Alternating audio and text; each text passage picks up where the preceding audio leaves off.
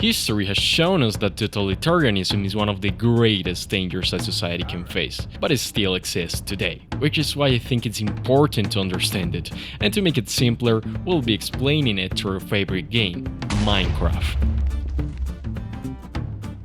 Totalitarianism is characterized by these 8 things, but well, that's too much text. Let's see how it looks in practice. Oh, look! This little country is having elections. Let's see the candidates. Oh, there's only one.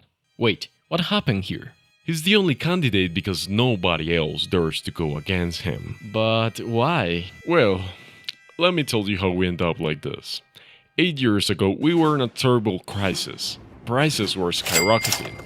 Food was scarce, and the country was full of violence, until General Sudan took power. He was a notable member of the opposition against the old government. One day, he and his party stormed the presidential house, and since then, he's been our supreme leader. At first, we were full of hope. He promised to fix the economy and end the violence, and sure, we saw changes at first. He imprisoned every single criminal in the country, but that's debatable since he also took my cousin, and he didn't even commit a crime. He also locked up every politician from the old regime and the opposition, and well, we haven't heard from them in years.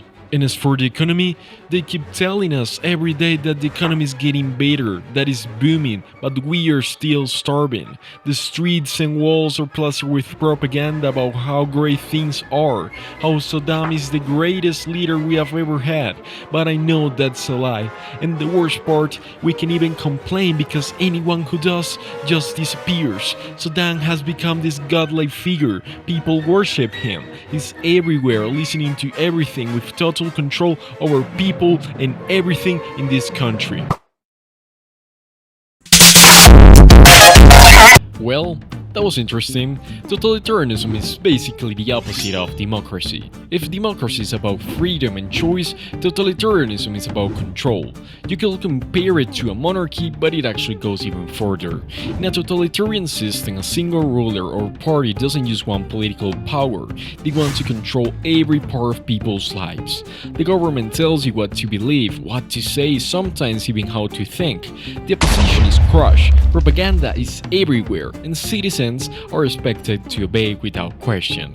In short, under totalitarianism, the state doesn't just rule your country, it tries to rule you.